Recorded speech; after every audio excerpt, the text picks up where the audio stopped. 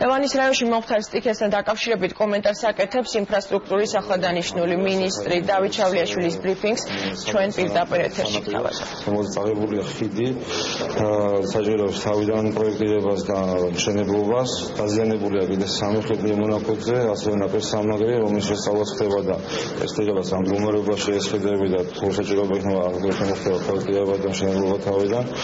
ჩვენი ხალხი გვიან ღამით ადგილზე იმყოფებოდა და ეს ყველაფერი შეისწავლეს და გაიარესა. უმოკლეს ვადებში შექმნება ყველაფერი გადაწყვეტილება. თქვენი პრიორიტეტები რა იქნება?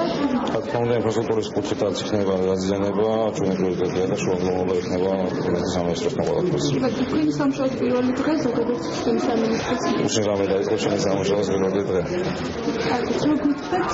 თქვენი გეგმები გეგმებზე როგორც მოგხსენებათ, სამინისტროს სათავის პროგრამა.